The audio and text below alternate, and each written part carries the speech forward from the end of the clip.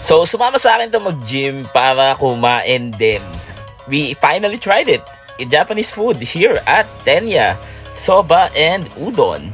The place is nice. Nandito kami sa Chendesitas actually. Kaya, yeah. We tried our appetizer first. This is cream cheese dumpling. It's bad. Walang lasa actually. Yep, even her, she is disappointed. But the best part is, yung mga set meal nila napakasarap. We ordered the same thing, seafood and soba. And of course, I ordered the cold soba because it's my heart. And it's really, really delicious. It's a new taste, actually. If you haven't tried it, Janelle is also ordering a soba, but it's hot soba. And she said that it's also delicious. Hindi lang talaga siya expressive.